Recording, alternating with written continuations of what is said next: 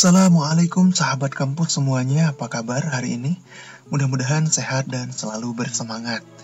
Selamat datang di video pembelajaran mata kuliah Hukum dan Hak Asasi Manusia. Ini adalah pertemuan yang ketiga atau materi yang ketiga tentang sejarah hak asasi manusia.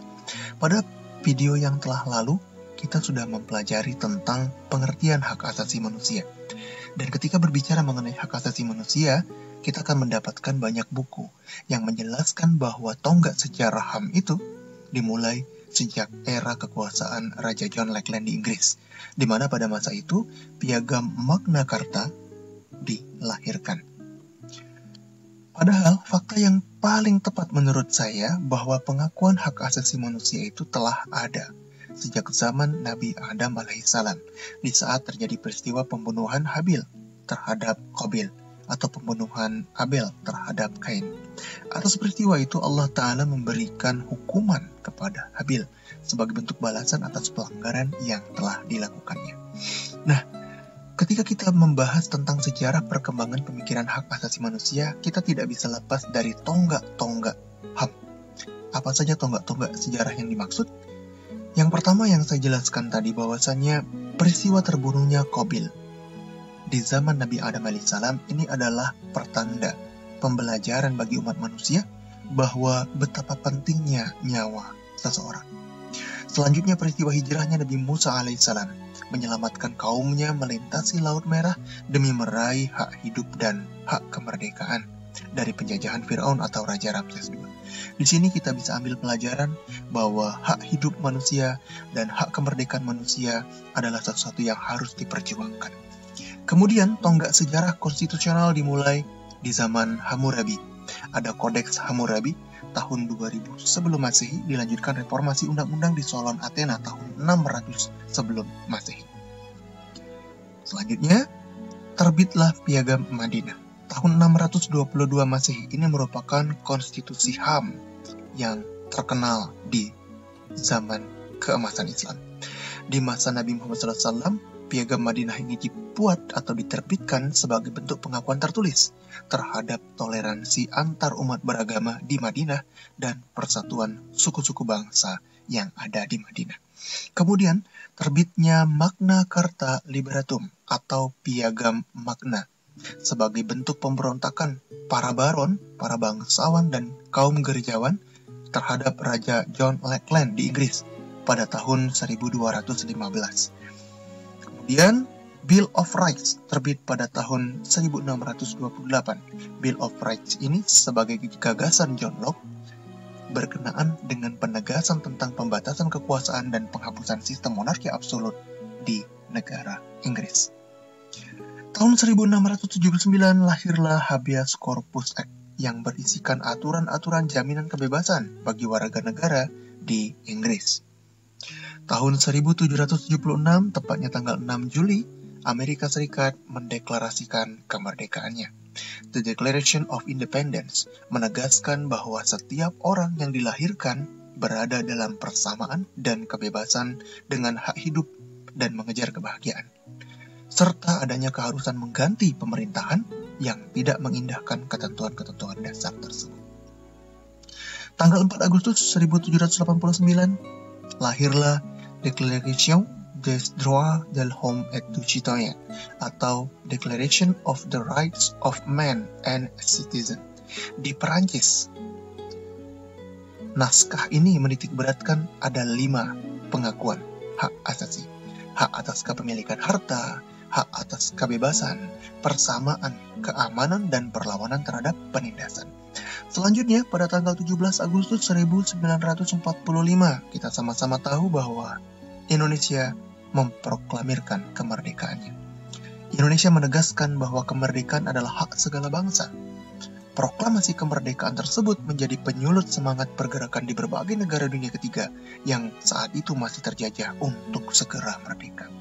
Kemudian, pada tahun 1948, lahirlah Deklarasi Hak-Hak Asasi Manusia oleh PBB atau DUHAM. Kita masuk ke sejarah perkembangan hak asasi manusia sebelum Perang Dunia II. Sebelum Perang Dunia II terdapat pula beberapa tonggak sejarah yang perlu diketahui. yakni diterbitkannya doktrin perlindungan terhadap orang asing, State Responsibility for Injury to Aliens. Doktrin ini mengajarkan bahwa orang-orang asing memiliki hak untuk mengajukan tuntutan terhadap negara tuan rumah bila mana ia diperlakukan secara sewenang-wenang oleh aparat pemerintah negara tersebut, dan negara yang dituntut itu tidak mengambil tindakan apapun atas pelanggaran yang terjadi di negaranya. Kemudian, tonggak yang juga harus diketahui adalah pembentukan The Nation League atau Liga Bangsa-Bangsa (LBB) yang didasari Perjanjian Versailles.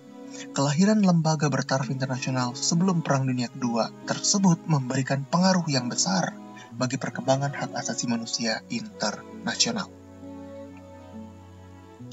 Selanjutnya ada penghapusan perbudakan. Penghapusan perbudakan menjadi momentum penting dalam perkembangan HAM di abad ke-19 dan di awal abad ke-20. Lahirnya Traktat Perdamaian Paris antara Inggris dan Perancis dan Akta Umum Konferensi Berlin yang mengatur kolonisasi Eropa di Afrika sekaligus melarang perbudakan. Hingga lahirlah Konvensi Penghapusan Perbudakan dan Perdagangan Budak yang diprakarsai oleh Liga Bangsa-Bangsa. Selain itu ada pula pembentukan Palang Merah Internasional, International Red Cross.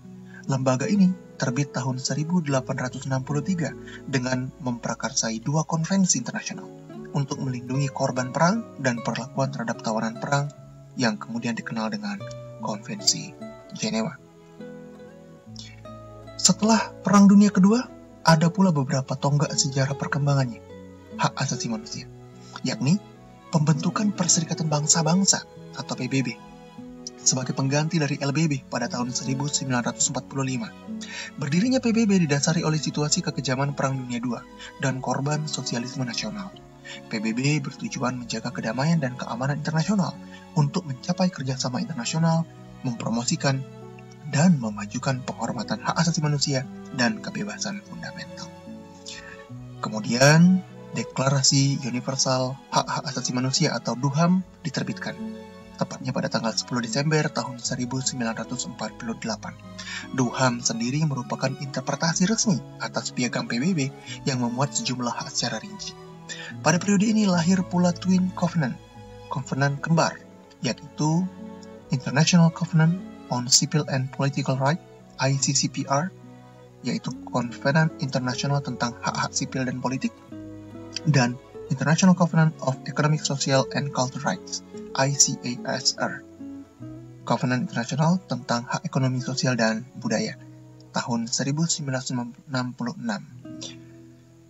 Kemudian, tonggak berikutnya di era pasca Perang Dunia II adalah dirumuskannya hukum dan hak asasi internasional oleh PBB. Khususnya setelah terbitnya DUHAM, seorang individu pemegang hak, right holders, dijamin secara internasional semata-mata karena harkat kemanusiaannya, bukan karena kebangsaannya dari suatu negara. Dalam hal ini, negara berposisi sebagai pemegang kewajiban, duty holders, wajib menjamin tegaknya hak asasi manusia. Hubungan antara pemegang hak dan pemegang kewajiban menjadi inti dari perhatian hukum internasional. Konseptualisasi hak asasi manusia kemudian berpatokan pada DUHAM, ICCPR, dan ICASR. Berkenaan dengan protokol, pilihan dalam kategori ini terdapat the optional protocol to the Covenant on Civil and Political Rights. Kita masuk ke Indonesia sekarang. Poin E, sejarah pemikiran hak asasi manusia nasional di era Orde Lama. Pada awal kemerdekaan, terjadi silang pendapat antara Soekarno-Supomo dengan Muhammad Hatta Muhammad Yamin berkenaan dengan frase atau istilah atau penyebutan hak asasi manusia. Soekarno dan Supomo menolak pencantuman kata hak asasi manusia di dalam konstitusi karena ada kekhawatiran merebaknya paham liberalisme dan individualisme. Sementara itu di sisi lain, Hatta dan Yamin bersikeras agar pasal khusus tentang HAM dicantumkan di dalam konstitusi untuk mencegah pemerintahan yang otoriter. Konklusinya, digunakanlah istilah hak warga negara di dalam Undang-Undang Dasar 1945 pada masa itu. Sejarah mencatat bahwa Konstitusi Republik Indonesia Serikat dan Undang-Undang Dasar sementara justru memuat pasal-pasal tentang hak asasi yang banyak dan lengkap dibandingkan Undang-Undang Dasar 1945 sebelum diamandemen. Kedua konstitusi itu lebih dianggap mewakili DUHAM yang telah disepakati oleh negara-negara di dunia. Nah, kita masuk ke era Orde Baru. Di masa Orde Baru, MPRS berhasil merancang suatu dokumen yang dinamakan Piagam Hak-Hak Asasi Manusia dan Hak-Hak serta Kewajiban Warga Negara. Sebelum dokumen di atas diberlakukan, MPRS juga telah menyampaikan nota kepada Presiden dan DPR tentang pelaksanaan hak-hak asasi manusia. Sangat disayangkan, pemerintah Orde Baru pada masa itu menganggap bahwa dokumen hak asasi manusia yang diajukan itu dinilai kurang urgen untuk ditindaklanjuti.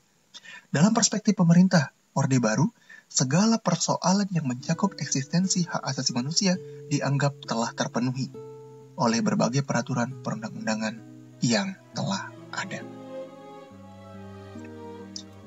Sekarang kita di era reformasi. Pada era reformasi, perkembangan hak asasi manusia mulai mendapatkan perhatian khusus. Kondisi tersebut ditandai dengan disahkannya Ketetapan MPR nomor 17 tahun 1998 tentang hak asasi manusia. Selanjutnya terbitlah Kepres, Keputusan Presiden nomor 129 tahun 1998 tentang Rencana Aksi Nasional Hak Asasi Manusia Indonesia di era B.J. Habibie. Dan amandemen kedua Undang-Undang Dasar 1945 dalam sidang tahunan MPR yang pertama, tanggal 7 sampai tanggal 18 Agustus tahun 2000. Hasilnya ialah disahkannya penambahan bab khusus yang mengatur tentang hak asasi manusia, yaitu bab 10A dari pasal 28A sampai 28J, didedikasikan untuk pengakuan hak asasi manusia secara eksklusif. Ini berlaku hingga saat ini.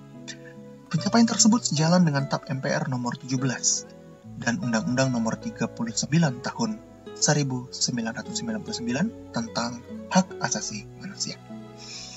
Baik, kita sudah sampai di kesimpulan.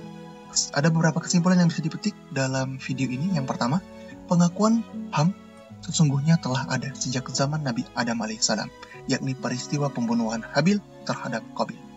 Yang kedua, Magna Carta dianggap sebagai tonggak sejarah lahirnya hak asasi manusia di dunia. Yang ketiga, hak asasi manusia berkembang sebelum Perang Dunia II dengan terbitnya doktrin perlindungan terhadap orang asing, berdirinya Liga Bangsa-Bangsa, penghapusan perbudakan, dan pembentukan Palang Merah Internasional. Hak asasi manusia berkembang setelah Perang Dunia II dengan dibentuknya PBB, diterbitkannya DUHAM, serta ICCPR dan ICASR. Yang kelima, pada era Orde Lama, hak asasi manusia diakui dalam frase hak warga negara. Yang keenam, pemerintah Orde Baru pernah menolak nota MPRS kepada Presiden dan DPR tentang pelaksanaan hak asasi manusia karena beralasan tentang HAM sudah diatur oleh undang-undang yang telah ada. Yang ketujuh, hak asasi manusia diatur di dalam Undang-Undang Dasar 1945 bab 10A, pasal 28A sampai 28J, dan Undang-Undang nomor 39 tahun 1999 tentang hak asasi manusia. Inilah 7 kesimpulan yang bisa kita petik dari video kita kali ini. Mudah-mudahan apa yang disampaikan bermanfaat untuk sahabat kampus semuanya. Jangan lupa simak di video berikutnya. Insya Allah akan lebih banyak pemahaman yang akan kita peroleh tentang hak asasi manusia. Atas segala keterbatasannya saya mohon maaf. Wabillahi taufiq wal hidayah. Assalamualaikum warahmatullahi wabarakatuh.